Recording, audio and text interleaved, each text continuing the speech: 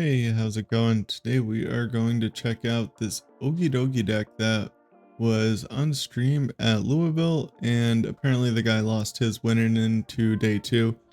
But it is a pretty cool deck. For those of you that don't know, Okidogi is a 130 hit point basic fighting Pokemon with an ability. If it has a dark energy attached, it gets 100 plus 100 HP and does 100 more damage. So then our attack, instead of doing 70 damage, does 170. And the way that we're gonna have the dark energy is with luminous and legacy energy. Since they are rainbow energies, they give you every type of energy at once, so it'll count as a fighting and a dark energy at the same time. It's also all the other types, but that's how we're gonna fulfill our attack cost, with a fighting and then the rainbow type energy. We also have for Energy Sticker as a way to accelerate if we need to. If we're up against like a more aggressive deck, we can hopefully flip a heads and get one of our Okidogi all powered up in one turn. And then we just have a bunch of support guys like 2 Tatsugiri, Iron Bundle, and a Greninja. Greninja is also a way to get energy in the discard pile for our Energy Sticker. Should probably say what that says. Energy Sticker says flip a coin. If heads, attach an energy from your discard pile to one of your bench Pokemon. We have Bloodmoon Ursaluna to finish the game off, just a nice, easy attacker.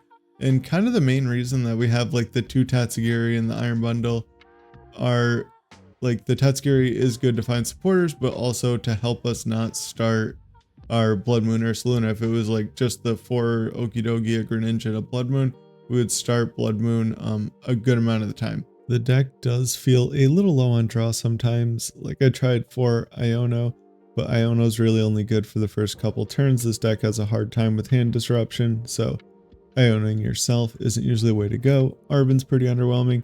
I tried Cynthia's Ambition, but since we're trying to kind of like tank a hit a lot of the time, Cynthia isn't as live as much as we would like it to be. So the Tatsugiris definitely help, and the Greninja also can draw some cards. We have 2 EXP share, 2 Bravery Charm, 1 Rescue Board. I was playing 2 Rescue Board for a while. I really liked it, but I had to cut it for the 3rd Ultra Ball because I was having trouble finding Pokemon. With the EXP shares, how we keep energy in play. Bravery Charm can keep our Pokemon out of like the reach of a one-shot from certain Pokemon, or it's good against like Dragapult.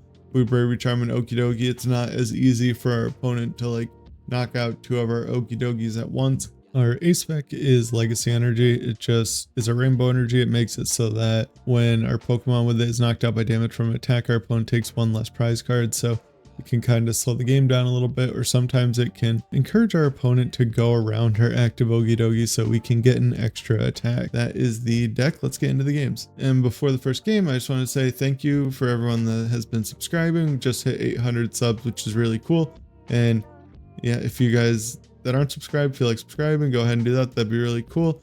Getting pretty close to 1,000, which would be awesome to hit. So thank you so much and enjoy.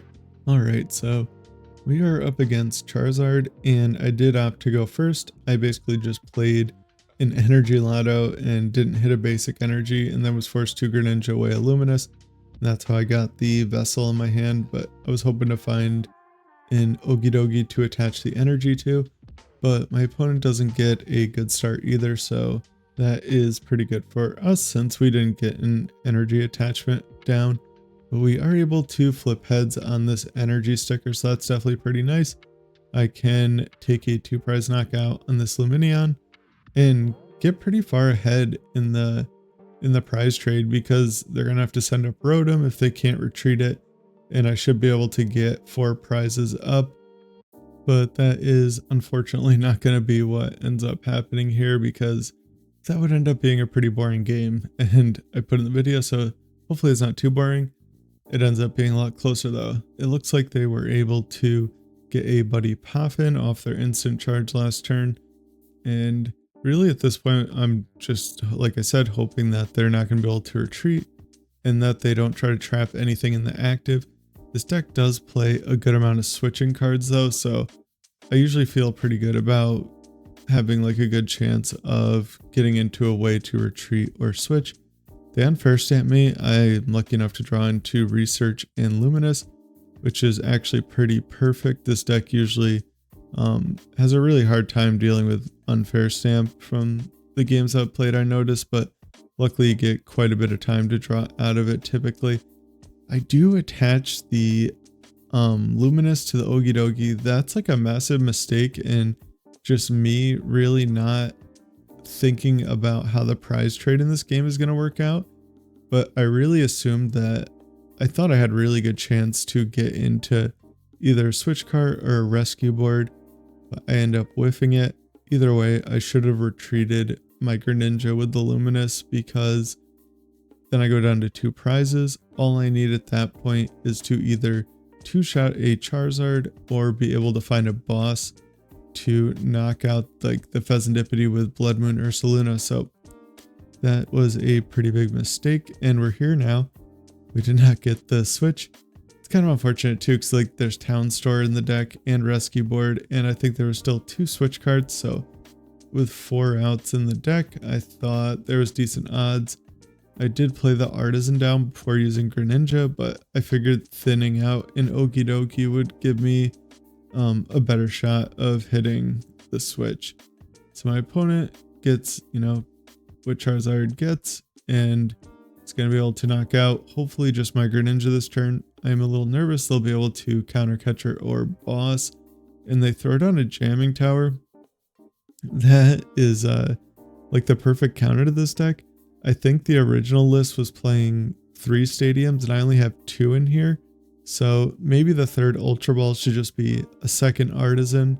That's definitely something to think about for sure, because I think 2 different times I got really screwed over by jamming tower. So I probably actually should have switched that sooner, 'cause now that I'm thinking about it more, Sinnoh also completely devastates this deck and would let your opponent lower your HP, which is another thing that we really don't want.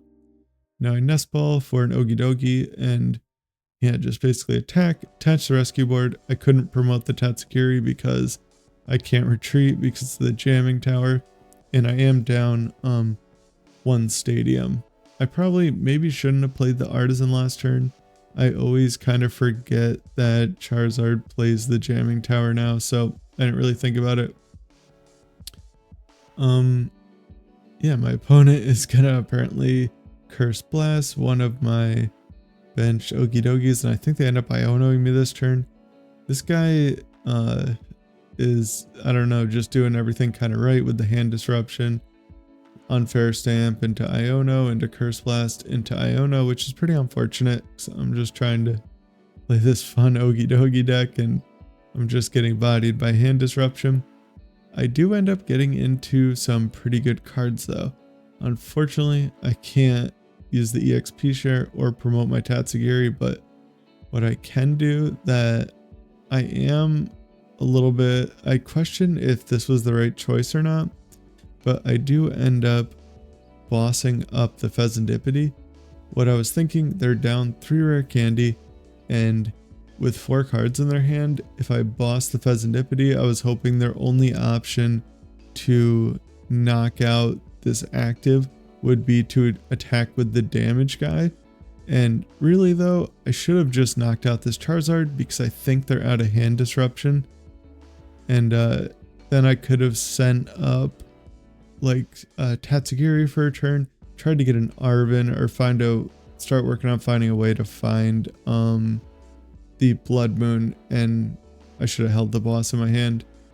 Now, I just played this game and I already can't remember if they actually were out of hand disruption, but I do think a lot of these Zard decks do only play the 2 Iono when they have Unfair Stamp typically, but there is a chance that there is another Iono. Can't 100% remember, but yeah, so they use a Buddy PAF and they can no longer use their Dusknors, which is nice because that could have messed up my board a little bit. And at this point, all I really want is to hopefully just, if I could hit into this new Zard that they're going to set up, that would be pretty ideal, but a boss Ursaluna play is kind of what I'm looking for at this point. And I'm out of luminous energies. I think there might be 1 left, but the legacy energy is kind of like a double-edged sword here, because with the jamming tower in play, it's going to make it so I won't be able to like retreat my Tatsugiri into the Ursaluna when I am able to get that play off. I don't know, because they're not going to go down to 1 prize this turn unless they boss, but it does end up being a little weird. I do Stretcher for Greninja here so that I can try and concealed cards and attract customers and hopefully get into a boss's order. But let's see if I get it. I don't believe I do, and I do not. I think about just using the Iron Bundle, but they're just going to send up Pidgeot if they played well enough the whole game. I have no reason to believe that they would not just send up Pidgeot. So I hit into the active and keep the Bravery Charm in my hand because, I don't know, it's that I don't have 0 cards in hand. I have like a target for Vessel, even though I did use it earlier, which I do kind of forget about. But yeah, so I probably should have just played that down. There's no good target for it either though. So now I basically have one more turn to get into the Ursaluna play, which is definitely a lot of pressure, but being able to send up Tatsugiri and hopefully get into like a research would be pretty nice. So I'm gonna do that. They get out the Radzard. That's not really gonna do anything right now, so don't really pay much attention to that. And this jamming tower is pretty tragic. And they do use Burning Darkness and take 0 prizes, which, I don't know, based on my top deck, I almost wish that they did take a prize. It would just make the Ursaluna play a little bit easier. But here I'm debating if I should trade away the Luminous Energy, and I think it is worth it because Bloodmoon is all that, like the only chance I really have. And I trade concealed cards into the 2 perfect cards. Now I could Nest Ball and thin the deck, but I really don't think that's worth it at this point because they can just win the game next turn, where if I don't use it, I have an extra turn to win the game. But I do get Arven, so I can Arven for Night Stretcher and Nest Ball for Bloodmoon. My opponent gives me the thumbs up there. I think that, I don't know, they lost to Okidogi. They're probably like, oh man, how did I lose to that? But we do end up taking down Charizard, so that's pretty solid. Alright, so I chose to go first here, and all that we can see right now is a Duskull active. I think there was a mulligan for this game though, so I knew we were up against Dragapult, which is why I Nest Balled for an Okidogi, even though the hand is kind of perfect to grab a Tatsugiri and start grabbing supporters out of the deck. I think we both mulliganed. I've been mulliganing a lot on this with this game lately. And my opponent gets a Crispin to start the game off, which is pretty unfortunate. We always would like them to whiff the energy attachment, or at the very least need to use the crystal, even though the deck is playing Town Store, so a lot of the time we have to give Dragapult the Town Store anyway. I choose to Ultra Ball away the Night Stretcher and the Arven. I am going to end up grabbing the Tatsugiri here. It is kind of too perfect to pass up. And if they want to knock out my Tatsugiri, at some point they're going to have to not put damage on one of my Okidogis. So that's kind of my thought process here with that. And I do get a pretty good hand getting into the Legacy Energy and a couple energy stickers. I did have really bad luck with them, but I do manage to flip a heads here. The coin flips in this game are like really streaky, it seems like either I'm flipping heads all day or tails all day, or like my opponent's flipping heads or tails, and it just seems to like follow the same thing over and over again. Like I played Venomoth into a Venusaur deck the other day, and my opponent flipped heads on every single confusion flip, and there was a lot of them because they were attacking with they're like Ivysaur or whatever for 30 damage. And then they were able to heal like almost all the damage that I was doing every turn with just a combination of cards. And yeah, they must have flipped like 20 or 25 confusion heads in a row. It was kind of crazy, but yeah, I have a very awkward choice with this hand. I do get to Switch Cart my Okidogi, which is kind of nice, so that just makes it a little harder for them to take multiple prizes by, like, they have to commit all their damage to it instead of being able to knock it out and set up my next guy for a knockout. was also thinking about just using Colress for the Luminous Energy here, but I decided to ship the hand, and it does end up paying off. I get everything that I would have got. I just lose the boss's orders. That's kind of unfortunate, but it's the way she goes sometimes. I do end up with a pretty solid setup here though, and I'm going to be able to attack this turn, and I got what I wanted in a Bravery Charm and another Okidogi with the EXP share, so I cannot really complain about that. Now I'm just going to retreat and hit into this guy. Now here, kind of what I'm thinking is that at some point I would really like to be able to knock out that Rotom for 2 prizes, and it's kind of unfortunate because getting rid of that boss really does mess with my prize trade. In an ideal world, I'd basically be able to knock out like a Dreepy or something off of the bench in the Rotom, and then this active Dragapult, but with the lack of Gust, I'm almost definitely not going to be able to do that. So I almost wonder if like maybe even playing 4 boss in this deck might be good. It's kind of unfortunate because at least in the matchups that I played with it, you're really like not able to use Counter Catcher as much as I originally thought that I'd be able to.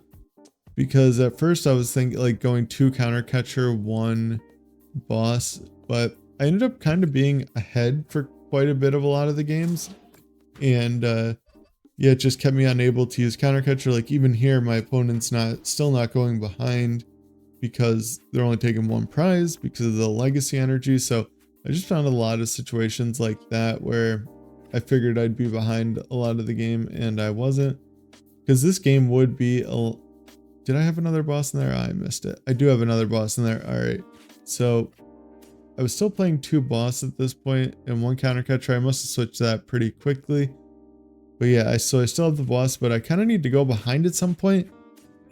And I don't know if I'm really going to be able to do that because I'm knocking out this Dragapult. So that is a little awkward. My opponent did make a little bit of a mistake there by benching this other Dreepy, but I cannot capitalize on it anyway. So if they can just evolve that into a Dragapult, then I guess it wasn't really much of a mistake.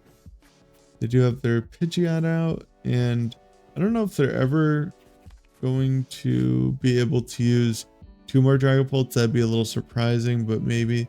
They do play a handheld fan, which is an interesting inclusion for Dragapult, and pretty unfortunate for this deck specifically because they can do some really unfortunate plays where they could like hit into me for 200. I hit them back, they move my luminous energy, and then I get knocked out because they moved it and I no longer have the extra HP.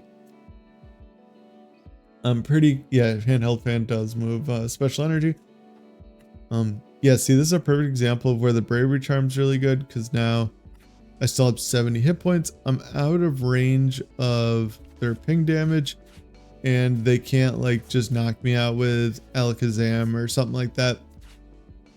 I grab another Okidogi because I have the energy sticker in my hand, and if I flipped heads, I didn't want to put it on the Okidogi with the EXP share. So I just hit into them for 170 and kind of hoping they don't get an energy attachment here because, but they do anyway, because if they didn't, then they'd have a really hard time doing Phantom Dive next turn, and that would be great for me. They throw down the League Headquarters. I always forget that Dragapult plays that card because whenever I play Dragapult, it just seems so kind of useless because so many decks are able to bump it so quickly. But right here, it is pretty good. I need to find another energy, and now I'm gonna have to Iono them, which kind of sucks because I was liking the situation where they were basically living off the 1 card from Pidgeot. So yeah, now I'm gonna have to refresh their hand with the full new 4 cards. I do get the Switch Cart. That is kind of nice. I can just switch into Greninja, heal a little bit of damage, stop them from being able to spread, like only have to put 10 damage on this guy to knock it out. So yeah, I do get the energy sticker, and luckily I flipped heads. I did have the Night Stretcher, to grab an energy if it really came down to it. But yeah, so I flip heads, that's nice. Now I have a way to get energy next turn. And it's not looking too bad. That other Okidogi is going to be set up with the 2 fighting. I can throw the Luminous on it. I am down 1 stadium, I believe. I don't think I've used both of them. So I do have a chance to find that. But all that I really need is a boss's orders. So next turn I probably would just Night Stretcher for energy and use concealed cards. I do have decent odds to find it. There's one in a 10 card deck and I'm drawing 2 cards, so that'd be like 20% chance I think to find it. That's not the worst in the world, and I do still have a decent enough chance to win the game even if I don't find it. But like I said about the handheld fan being a little annoying, could mess things up. They're going to put all the energy onto my Greninja, I would guess, if I hit into this with one of my guys. So I can promote my Greninja. Even if I concealed cards into a Switch Cart, I could retreat into Tatsugiri and have really good odds to hit the boss, but I do end up top decking it, so I can just boss up the Rotom and knock it out for my final prize. This deck was definitely better than I thought it would be.